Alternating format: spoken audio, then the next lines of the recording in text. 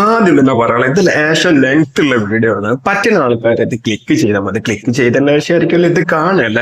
ഏത് എളുപ്പുണ്ടെങ്കിൽ ഈ യഥാർത്ഥത്തിൽ തന്റെ ആർജവും ഉള്ള ഒരു സ്ത്രീയാണെങ്കിൽ ഇതിനെ കുറിച്ച് ഇമ്മാതിരി വർത്തമാനങ്ങളൊക്കെ പറഞ്ഞത് തെറ്റാൻ ശരിയല്ലെങ്കിലും അത് തെറ്റാണെങ്കിലും ഈ തെളിവ് കൊണ്ടുപോവാ, ഈ തെളിവ് കൊണ്ടുവരുന്നു പറയണല്ലോ. ഇതിനെ കുറിച്ച് ഒരു സ്ത്രീനെ കുറിച്ച് അങ്ങനെ വേണ്ടാതീരങ്ങളോ അല്ലെങ്കിൽ ഇല്ലാത്ത കാര്യങ്ങളൊക്കെ പറഞ്ഞിട്ടുണ്ടെങ്കിൽ ആ സ്ത്രീ അല്ലെങ്കിൽ ആ സ്ത്രീ എന്നതിലുപരി ആ ഒരു വ്യക്തിന്റെ കടമ അതിലുപരി കർത്തവ്യമാണ്. അത് നീ ക്ലിയർ ചെയ്യണ്ടേ. എന്റെ ഭാഗത്തുനിന്ന് ഒരു ക്ലാരിഫിക്കേഷൻ കൊടുക്കട്ടെ. നീ കൊണ്ടുപോകാതെ പിന്നെ ഇങ്ങനെ ഒരു കാര്യം പറയല്ലോ, ഗബ്രി കാണണോന്ന് പറഞ്ഞിട്ടില്ലേ? അത് പറയുമ്പോൾ എന്റെ കൂടുതൽ ഒരു കുട്ടി ഇരിക്കുകയാണ്. ആ കുട്ടി മാമ മാമ ആ ആന്റി എന്താണ് അങ്കിളുടെ അടുത്ത് കാണണമെന്ന് ചോദിച്ചാൽ എന്ത് പറയണം? ഇവിടെ താങ്ങി സപ്പോർട്ട് ചെയ്യുന്ന ആളുകളൊക്കെ ഉണ്ടെങ്കിൽ അത് പറയണം. എന്ത് കാണണം എന്ന് ഇങ്ങനെ ഒരു കുട്ടി ചോദിക്കുകയാണെങ്കിൽ അത് എന്ത് പറയണം നമ്മുടെ അങ്ങനെ ഒരു സന്ദർഭത്തിലൊക്കെ. അങ്ങനെ നമ്മുടെ സോലിഹത്തായ ഇബ്ലീസ് ആ സാധനം വന്നിട്ടുണ്ട്. അപ്പം ഇതുവരെ കാണാത്തതിനെ കൊണ്ട് ഞാൻ വിചാരിച്ചത് ചിലപ്പോ ഇനിയിപ്പം യൂട്യൂബിന്റെ മേധാവികള് യൂട്യൂബ് പിടിച്ചടിയിലേക്ക് പാതാളത്തിലേക്ക് വലിച്ചോന്നോ, അതല്ലെങ്കിൽ ഇപ്പൊ ഈ ജാസ്മിൻ എന്ന് പറയുന്ന ഒരു വ്യക്തിന്റെ നാവ് കീഴ്വഴി അങ്ങോട്ട് പൊയ്പോയോന്നൊക്കെ ഞാൻ വിചാരിച്ചുകൊണ്ടിരിക്കുമ്പോഴാണ് വീഡിയോ വന്നിട്ട്. ആദ്യം തന്നെ പറയട്ടെ, എനിക്ക് ഈ സ്ത്രീന്റെ അടുത്ത് ഏതെങ്കിലും തരത്തിൽ വ്യക്തിപരമായിട്ട് ഒരു വെറുപ്പോ ദേഷ്യമോ ഒന്നുമില്ല. ഈ സ്ത്രീ നാവാടാൻ അതല്ലെങ്കിൽ വായ്ത്താളം അടിക്കാൻ ഈ സ്ത്രീനെ കഴിച്ചിട്ട് ഭൂമിയിൽ വേറെ ആളുള്ളൂ എന്ന് വിശ്വസിക്കുന്ന എന്റെ മാത്രം വിശ്വാസമാണ്. അങ്ങനെ വിശ്വസിക്കുന്ന ഒരാളാണ് ഞാൻ. അപ്പൊ അത് കാരണം തന്നെ ഈ സ്ത്രീ ഏത് വിഷയമാണെങ്കിലും വെളുപ്പിക്കും. ആവട്ടെ ആട്ടി അത് വെളുപ്പിക്കാനും ഏതൊരു വിഷയത്തിനെ പതപ്പിച്ച് മിനുക്കി തേച്ച് മടക്കി ഷോക്കേസിനുള്ളിലേക്ക് വെക്കാനും ഈ സ്ത്രീനെ കഴിച്ചിട്ട് വേറൊരാള് ഭൂമിയിൽ ഉള്ളൂ എന്നാണ് ഞാൻ വിശ്വസിക്കുന്നത്. എന്നാലും അപ്പം അത് കാരണം തന്നെ അമ്മായി കുറെ കാര്യങ്ങൾ ഒന്ന് പറയുന്ന കാര്യങ്ങൾ അതിന്റെ ബേസ് നോക്കണം. അതായത് ഇപ്പം ഈ അഫ്സലിന്റെ ഒരു മാറ്റർ ഒന്നും പറയുന്നില്ല, അത് 1-2 സെക്കൻഡ് ആയിട്ടുള്ള ഒരു കാര്യം പറഞ്ഞ കട്ട് ചെയ്യും. പിന്നെ അതിന് വിഷയമില്ല. പിന്നെ വേറെ ഗബ്രിന്റെ വിഷയം അതുപോലെ തന്നെ 1-2 സെക്കൻഡ് അതെന്റെ വലിയ ഫ്രണ്ടാന്നൊക്കെ പറഞ്ഞിട്ട് ബലാസ് പിന്നെ ഒന്നും തൊള്ള തുറക്കുന്നില്ല. ഏതെന്നായാലും അമ്മായി എന്തൊക്കെ പറയുന്നത് എന്നുള്ളത് നമുക്ക് ജസ്റ്റ് ഒന്ന് നോക്കിയോ. ദിവസം കഴിഞ്ഞു, ഗ്രാൻഡ് ഫിനാലെ കഴിഞ്ഞിട്ട് ഇപ്പോഴാണ് ഞാൻ ഒരു വീഡിയോ ചെയ്യുന്നത്. കുറേ മെസ്സേജ് എനിക്ക് വരുന്നുണ്ട്, എന്താ യൂട്യൂബിൽ ആക്റ്റീവ് അല്ലാത്ത, എന്താ ഇൻസ്റ്റയിൽ ആക്റ്റീവ് അല്ലാത്ത.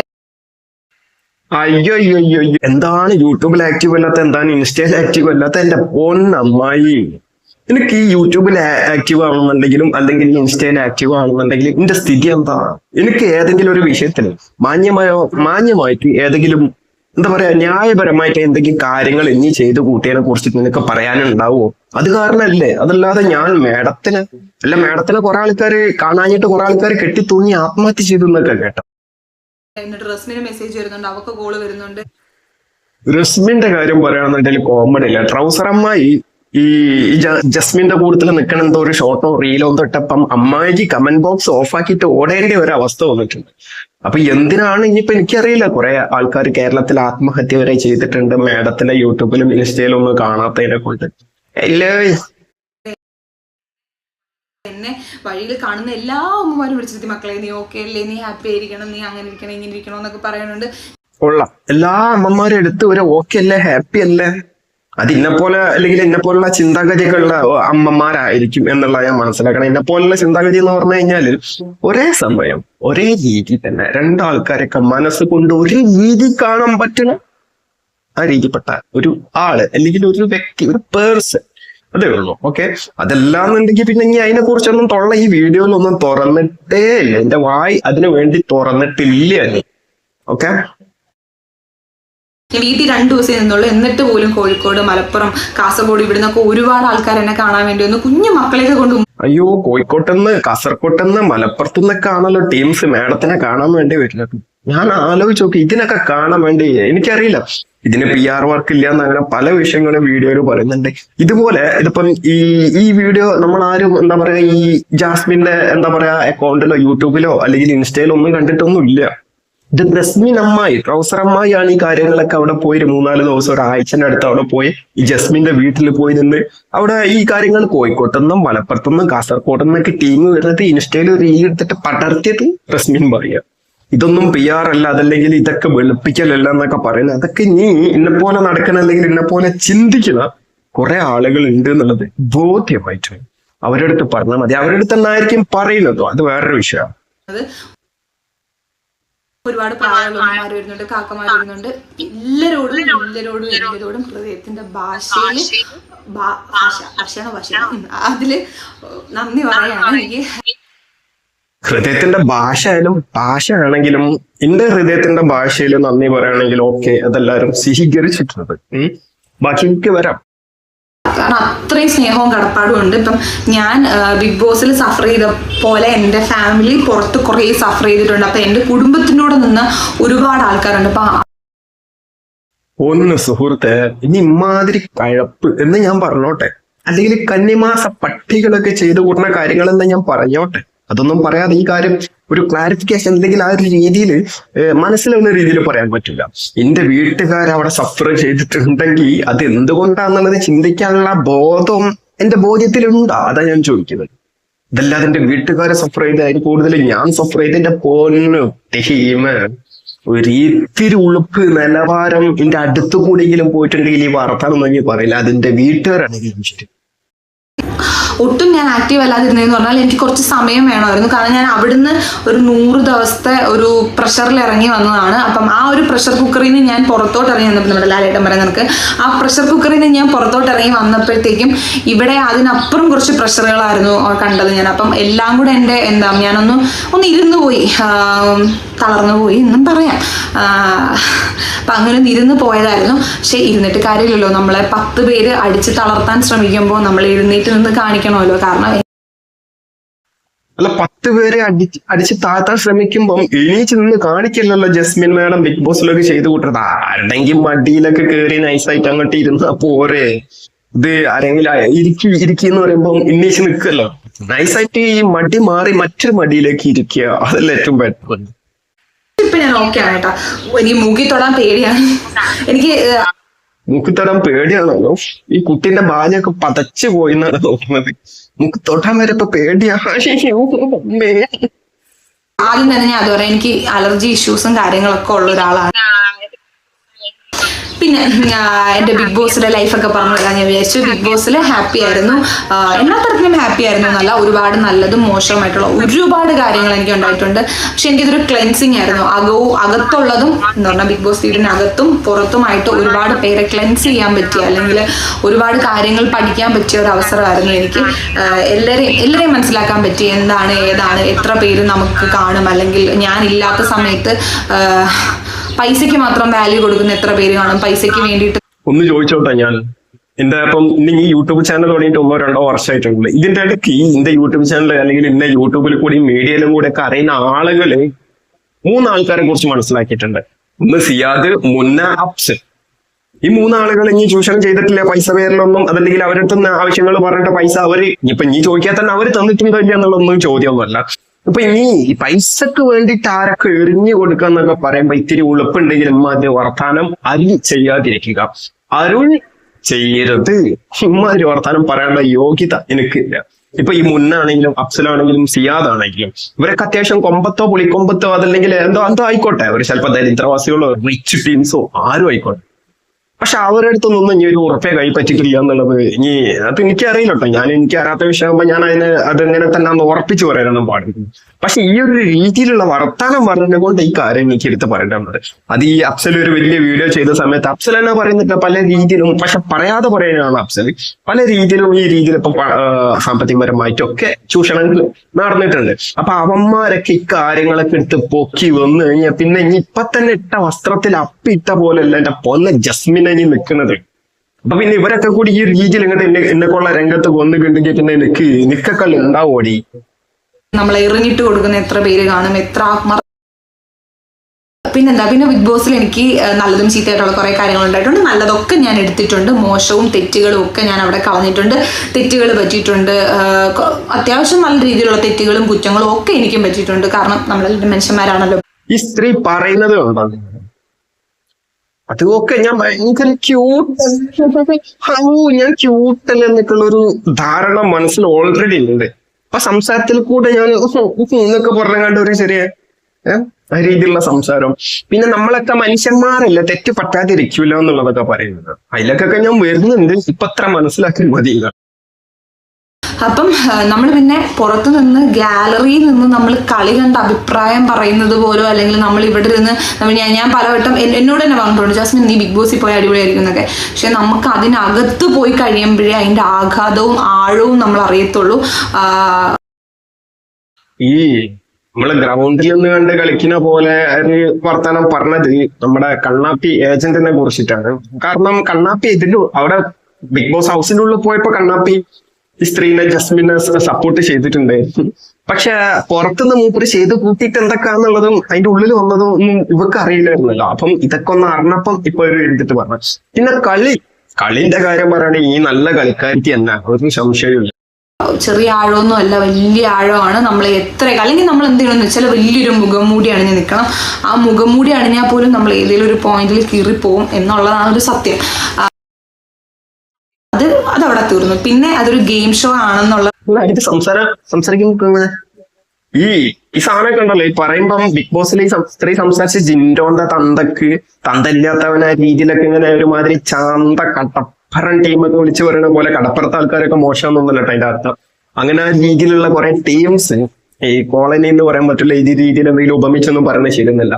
ചന്ത തറ അത് മനസ്സിലാക്കി മതി. ഇമാതിരി തറ ഒരുമാതിരി വായിലൂടെ സംസാരിക്കുകയും അതേ സമയം വായിലൂടെ ഭക്ഷണം കഴിക്കുന്ന രീതിയിലുള്ള സംസാരമാണ് ഇപ്പം ഈ സ്ത്രീ ക്യൂട്ട്നെസ് കിട്ടുന്നുണ്ട്. ഞാനൊരു ചെറിയ വാവല്ലേ, ഒരു 17 വയസ്സായ ഒരു കുട്ടിയല്ലേ എന്നുള്ള രീതിയിലൊക്കെ.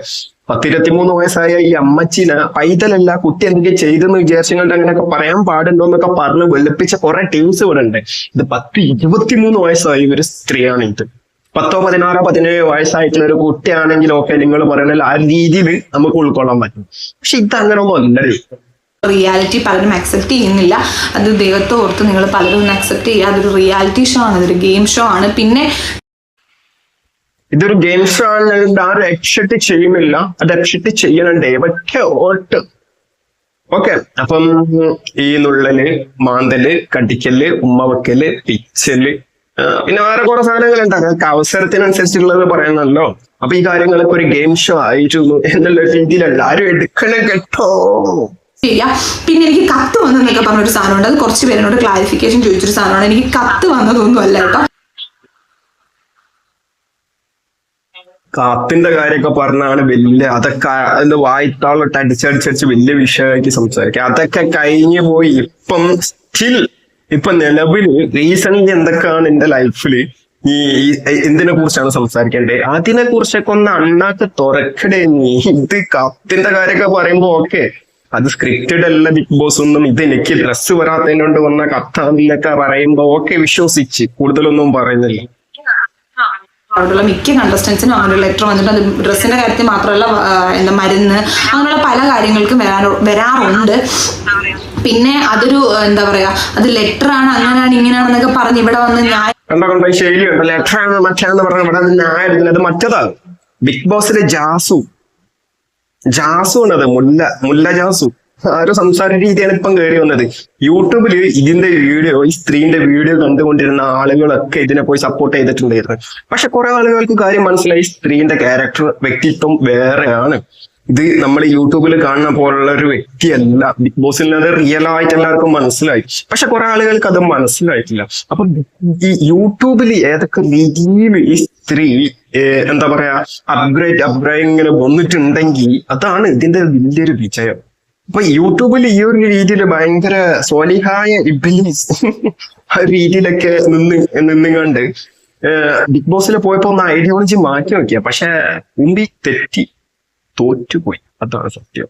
പഠിക്കുന്ന കുറച്ച് ടീമുകളുണ്ട്. മലയാളം ഒരു ടീമിന് മലയാളം വായിക്കാൻ അറിഞ്ഞുണ്ടെന്നാണ് എന്റെ അറിവ്. മലയാളം അറിഞ്ഞൂടാ. പിന്നെ വേറൊരു ടീം, അത് പിന്നെ എനിക്ക് അറിഞ്ഞൂടാ. എന്തിന്റെ അസുഖമാണ് എന്തിന്റെ കേടാണെന്നൊന്നും എനിക്ക് അറിയത്തില്ല.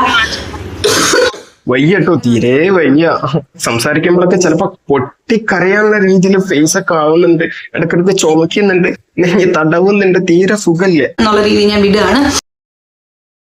പിന്നെ എനിക്ക് PR വർക്ക് ഉണ്ടോ എന്ന് ചോദിച്ചിട്ടുണ്ട് കേട്ടോ. എന്റെ അമ്മച്ചിയാണ്, എനിക്ക് PR വർക്കും ഇല്ല. ഞാൻ തന്നെ ശരിക്കും പറഞ്ഞാൽ അത്ഭുതപ്പെട്ട് നിൽക്കുകയാണ്. ഞാൻ അതിന്റെ അകത്തിരുന്ന ആരടി സാമന്തേ എന്താരെ എനിക്കറിയില്ല. ഇതേപോലെ സംസാരം കേൾക്കുമ്പോഴൊക്കെ എനിക്ക് തോന്നുന്നത് ഈ രീതിയിൽ ഞാൻ എന്തോ വലിയ സംഭവമാണെന്നുള്ള ഒരു സാധനമൊക്കെയാണ്. വേറെ കുറെ സാധനങ്ങളൊക്കെ ഉണ്ട്.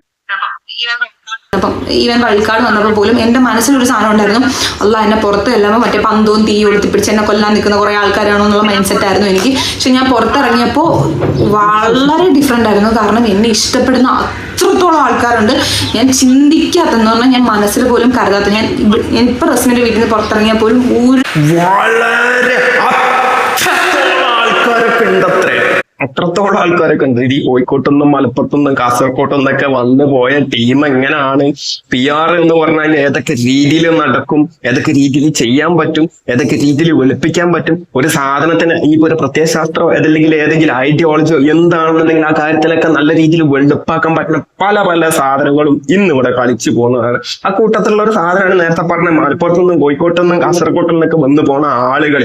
അതേപോലെ ഒരു സാധനമാണ് ഇപ്പം പറഞ്ഞു ഒരു കുറെ പേര് ജാസ്മിന്റെ ടോക്സിക് ആർമി എന്നൊക്കെ പറഞ്ഞ് കുറച്ച് സാധനങ്ങളൊക്കെ ഞാൻ കണ്ടു. ജാസ്മിന്റെ ആർമിയിൽ ഉള്ള ഒരു ഏതൊക്കെയോ ആൾക്കാർ ജാസ്മിൻ ടോക്സിക് ആർമി അതൊക്കെ ആരുടെ എനിക്കറിയില്ല. ജാസ്മിനും ടോക്സിക് ആർമി എന്നൊക്കെ പറയുമ്പോ സത്യത്തില് എനിക്ക് ചിരിയൊക്കെ വരുന്നുണ്ട് കേട്ടോ. അത് ഈ സ്ത്രീ പറയുമ്പോ അതെന്തോ ഓക്കെ, ചിലപ്പം ഈ സ്ത്രീ ചിലപ്പോ എങ്ങാനും എന്റെ വീഡിയോ ഒക്കെ കാണുന്നത് അതെന്റെ അസൂയ കൊണ്ട് പറയാം, അല്ലെങ്കിൽ അങ്ങനെയൊക്കെ ആയിരിക്കും ചിന്തിക്കുക. സത്യത്തില് ഈ പറയുന്ന പോലെ ഇപ്പൊ പറഞ്ഞ കാര്യം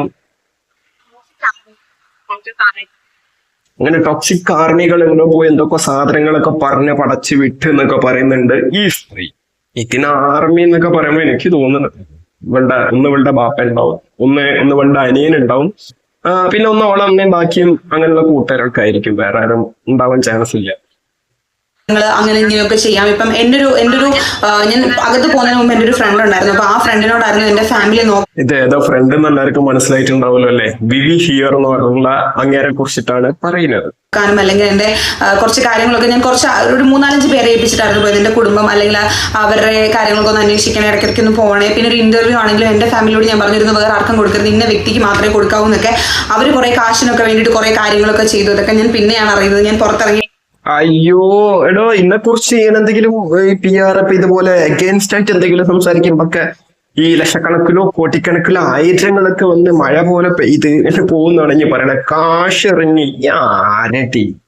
അയ്യോ ല്ലോ പിന്നെ പറഞ്ഞു വരുത്തിയത് പലതും പലതും നുണയാണെന്ന് കാലം തെളിയിക്കും. അതിനകത്ത് 1-2-3 കാര്യങ്ങൾ ഞാൻ പറയാം. എന്റെ എൻഗേജ്മെന്റ് തേങ്ങ മാങ്ങ ഈ സാധനങ്ങളൊന്നും ഉള്ളതല്ല.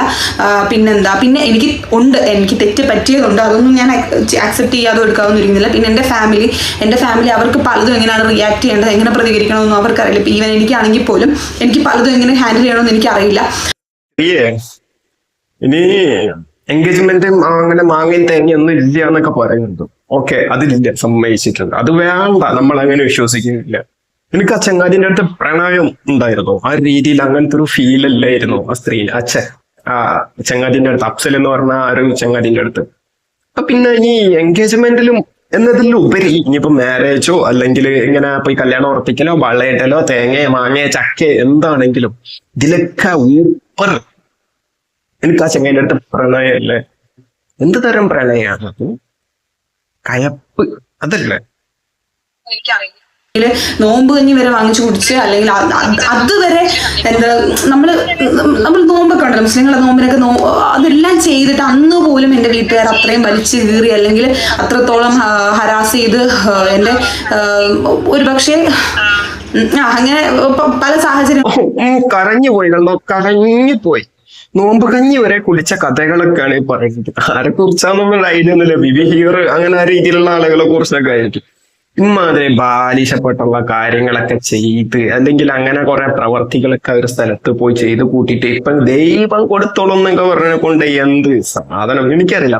പിന്നെ ഇപ്പോൾ ഈ സ്ത്രീ ദൈവം ഇൻഷാ അല്ലാഹ് മാഷാ അല്ലാഹ് സലാം അലൈക്കും അങ്ങനെ കുറച്ച് സാധനങ്ങളൊക്കെ പറയലുണ്ട്, ചെയ്യലുണ്ട് യൂട്യൂബിൽ. അത് പണ്ടേ ഉള്ളത്, അത് ബിഗ് ബോസിലും ഇടയ്ക്കിടയ്ക്ക് കണ്ടിട്ടുണ്ട്. ഈ സ്ത്രീ യഥാർത്ഥത്തിൽ ഈ പറയുമ്പം ഒരു മുസ്ലിം ആയിരിക്കില്ല. ആ ഒരു വിഷയം സംസാരിക്കേണ്ട ആവശ്യമില്ല. എങ്കിലും ഇതൊക്കെ ഇങ്ങനെ ദൈവത്തെ, അതോ ഓരോരുത്തർ ഇഷ്ടമാണ് ദൈവത്തിനെ സ്മരിക്കലും ഓർക്കലും അല്ലെങ്കിൽ ദൈവത്തിനെ കുറിച്ച് സംസാരിക്കലും, ഇതുപോലെ ദൈവം ഉദ്ദേശിച്ചാൽ എന്നൊക്കെ പറയുന്നതിന് കുഴപ്പമൊന്നുമില്ല. പക്ഷെ ഈ സ്ത്രീ അതൊരു ഐഡിയോളജി ആയിട്ടാണ്. നേരത്തെ ഈ അഫ്സൽ എന്താ പറഞ്ഞ അഫ്സലിന്റെ ഈ എൻഗേജ്മെന്റ് കാര്യങ്ങളൊന്നും കഴിഞ്ഞിട്ടില്ല. അപ്പം ഈ പറയണത് അല്ലെങ്കിൽ ഇപ്പൊ ഇൻഷാ അല്ലാഹ് മാഷാ അല്ലാഹ് എന്നൊക്കെ പറയുന്നത് ഒരു സ്വാലിഹായ സ്ത്രീ കൂട്ടം വന്നിട്ടില്ല. അതിലല്ലാതെ ഇത് ആരെങ്കിലും ഈ കുറച്ച് ഈ ഒരു കമ്മ്യൂണിറ്റിന് അല്ലെങ്കിൽ ഒരു സമുദായത്തിന് സപ്പോർട്ട് കിട്ടാൻ വേണ്ടിയിട്ട് അതല്ലെങ്കിൽ അങ്ങനെയുള്ള ആളുകളെ പട്ടന്മാരാക്കാൻ വേണ്ടിയിട്ടുള്ള ഒരു ഐഡിയോളജി ഒന്നുമില്ല മച്ചിമോറക്കി എന്നുള്ളത് മനസ്സിലാക്കുക. കടന്നു പോയിട്ടുണ്ട്. പക്ഷെ ഇപ്പൊ എല്ലാം ഓക്കെയാണ്. പിന്നെ ഞാൻ പറഞ്ഞല്ലോ, എല്ലാം അള്ളാഹ് നോക്കിക്കോളും, അള്ളാഹ് കാണുന്നുണ്ട്, ദൈവം കൊടുത്തോളും. വിശ്വാസം എനിക്കുണ്ട്. അതിന്റെയൊക്കെ തെളിവുകൾ വേണമെങ്കിൽ ഞാൻ വിത്ത് പ്രൂഫ് ഞാൻ കൊണ്ടുവരാൻ, എനിക്ക് അതിനൊരു പ്രശ്നമില്ല. പിന്നെ അയ്യോ പൊത്തോന്ന് കിടന്ന് വിളിച്ചിട്ടോ നിലവിളിച്ചിട്ടോ കാര്യമില്ല. ഇതുവരെ നീ കിടന്ന് കളിച്ചപ്പോ ഉള്ളിപ്പുണ്ടെങ്കിൽ ഈ യഥാർത്ഥത്തിൽ തന്റെയും ആർത്തവും ആർജവും ഒക്കെ ഉള്ള ഒരു സ്ത്രീയാണെങ്കിൽ ഇതിനെ കുറിച്ച് ഇമ്മാതിരി വർത്തമാനങ്ങളൊക്കെ പറഞ്ഞത് അത് ശരിയല്ലെങ്കിലും അത് തെറ്റാണെങ്കിലും ഈ തെളിവ് കൊണ്ടുപോവാ, ഈ തെളിവ് കൊണ്ടുവരുന്നെന്ന് പറയണല്ലോ. ഇതിനെക്കുറിച്ച് ഒരു സ്ത്രീനെ കുറിച്ച് അങ്ങനെ വേണ്ടാധീനങ്ങളോ അല്ലെങ്കിൽ ഇല്ലാത്ത കാര്യങ്ങളൊക്കെ പറഞ്ഞിട്ടുണ്ടെങ്കിൽ ആ സ്ത്രീ അതല്ലെങ്കിൽ ആ സ്ത്രീ എന്നുള്ളതിലുപരി ആ ഒരു വ്യക്തിന്റെ കടമ അതിൽ ഉപരി കർത്തവ്യമാണ്. അത് നീ ക്ലിയർ ചെയ്യണ്ടേ, നിന്റെ ഭാഗത്തുനിന്ന് ഒരു ക്ലാരിഫിക്കേഷൻ കൊടുക്കട്ടെ. നീ കൊണ്ടുപോകാ തെളിവ്. ഞാൻ ഇതിനകത്ത് ഇല്ലായിരുന്നു എന്ന് ഓർക്കണം. ഞാൻ അതിനകത്തായിരുന്നു, പലതും ഞാൻ അറിഞ്ഞിട്ടില്ല, കേട്ടിട്ടില്ല. ഇപ്പൊ നീയൊക്കെ കളിക്കുമ്പോൾ ആലോചിക്കേണ്ട ഒരു കാര്യം, ഞാനിവിടെ ഉണ്ട്, ഞാനിവിടെ ജീവനോടുണ്ട്, ഞാൻ ചാവുന്നവരിവിടെ കാണും. ഞാൻ എൻ്റെ അടുത്ത് ഓരോ ഡയലോഗ് അടിക്കുമ്പോഴും ആലോചിച്ചും കണ്ടു അടിക്കണം. കാരണം നീയൊക്കെ ഈ പ്രൂഫ് തേങ്ങ വാങ്ങാന്നൊക്കെ പറഞ്ഞു കൊണ്ടുവരുന്നതിന്റെ എനിക്ക് പറയാം, നിങ്ങൾക്ക് പറയാം. അപ്പൊ എനിക്കിപ്പോഴും പറയാനുള്ളത് ഇവളെ ഇപ്പോഴും മനസ്സിലാക്കാത്ത കുറെ ആളുകളൊക്കെ ഉണ്ട്. ഇതിപ്പോ മനസ്സിലാക്കിയില്ലെങ്കിൽ വലിയ കാര്യമൊന്നുമില്ല. പക്ഷെ ഈ സ്ത്രീ ഒരു നിഷ്കളങ്കതയാണ്, ഒരു കളങ്കമില്ലാത്ത ഒരു സ്ത്രീയാണെന്നൊക്കെ വിശ്വസിച്ച് പോണ ആളുകൾ ഉണ്ട്. തെറ്റാണ്. സർവോപരി പറയുകയാണെങ്കിൽ സിമ്പിളായി പറയുകയാണെങ്കിൽ അത് തെറ്റാണ്. അത് ഇപ്പൊ പറഞ്ഞില്ലേ, എന്നെ കൊണ്ട് ഇനി ചെയ്യിപ്പിക്കട്ടെ പറയിപ്പിക്കരുത്. ഈ ആർജവം അതിന്റെ ഉപരി ഇനി ഒരു സ്ത്രീ ആർത്തവുള്ള അന്തസ്സുള്ള സ്ത്രീ ആണെങ്കിൽ നീ കൊണ്ടുപോവാ, ഈ തെളിവുകൾ കൊണ്ടുവന്ന് നീ സംസാരിക്കുക. അല്ലാതെ അതിന്റെ സംസാരമല്ല വേണം. കാര്യങ്ങളൊക്കെ പറയുന്നു. ഞാൻ മൂക്ക് ചൊറിയുന്നതും മൂക്കുന്ന് നേരെയാക്കുന്നവരെ കുറെ പറഞ്ഞിരുന്നു. പിന്നെ എനിക്ക് പറ്റിപ്പോയിട്ടുണ്ട് കേട്ടോ, ഇല്ലെന്നൊന്നും അല്ല. ഒരു ചായത്തുമ്മിയ കേസൊക്കെ അതൊക്കെ ഞാൻ അക്സെപ്റ്റ് ചെയ്ത് പിന്നെ ഞാൻ പറഞ്ഞില്ലേ, പിക്ചർ എല്ലാവരും കണ്ടല്ലോ അല്ലേ, അത് മൂക്കുന്ന് ചിലപ്പോ അറിയാതൊക്കെ ഇട്ട് പോണതായിരിക്കും. ഇതൊന്നും പറയേണ്ട കാര്യമൊന്നുമല്ല. ഈ സ്ത്രീ വന്ന് കണ്ട് ഇങ്ങനെയുള്ള കാര്യങ്ങളാണ് വെറുപ്പിക്കുന്നത്. അല്ലാതെ സ്ത്രീന്റെ എന്താ പറയാ ഒരു മാനസികപരമായിട്ട് പറ്റിപ്പോയിട്ടുള്ള മിസ്റ്റേക്കുകൾ, പിഴവുകൾ, അല്ലെങ്കിൽ ചിന്തകൾക്ക് ഉണ്ടായിപ്പോയിട്ടുള്ള കളങ്കങ്ങൾ, ഇതൊന്നും സ്ത്രീ പറയുന്നില്ല. ഒരാളെ ബിഗ് ബോസിൽ പോയിട്ട് ഇയാൾ ഇങ്ങനെയാണ്, ഞാൻ അയാളായിട്ട് ഇങ്ങനെ ഇതിലാണ്, റിലേഷൻഷിപ്പിലാണ്, ആ കാര്യങ്ങളൊക്കെ റിവീൽ ചെയ്തിട്ട് പിന്നെ ഈ സ്ത്രീ വന്നിട്ട് അമേദ്യം തീട്ടം പട്ടി പൊതിഞ്ഞ പോലെയുള്ള ഒരു ചിന്തായിട്ട് നടക്കുന്ന സ്ത്രീ. ഇനി അങ്ങനെയാണ് ചെയ്യുന്നത്. എന്റെ ഈ വായ്ത്താളായിട്ട് ഈ പറയുന്ന പോലെ എന്നെ കൊണ്ട് ചെയ്യിപ്പിച്ചിട്ട് എന്നെ കൊണ്ട് തെളിവുകൊണ്ട് ഇനി കൊണ്ടുപോവാ, അതാരും ഇനി കൊണ്ടുപോവാന്നൊന്നും പറയേണ്ട ആവശ്യമില്ല. ഇനി അതാണ് ചെയ്യേണ്ടത്.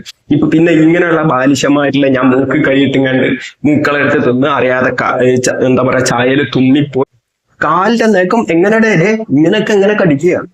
അതൊക്കെ ചെയ്തിട്ട് അത് മാത്രമൊന്നല്ല, അല്ലാതെയും കുറെ സാധനങ്ങളൊക്കെ ഉണ്ട്. ഈ ഗബ്രീന്റെ അടുത്ത് ഒക്കെ അതിലേക്ക് ഞാൻ വരാം. ഗബ്രിയുടെ കാര്യം കുറെ പേര് ചോദിക്കുന്നുണ്ട്. ഗബ്രി എൻ്റെ നല്ലൊരു ഫ്രണ്ടാണ്. അതിൻ്റെ അകത്ത് ഒരുപാട് കൺഫ്യൂഷൻസും ഒരുപാട് ഭ്രാന്തുകളും ഒരുപാട് അതും ഇതൊക്കെ ഉണ്ടായിട്ടുണ്ട്. കാരണം അതൊരു പ്രഷർ കുക്കർ.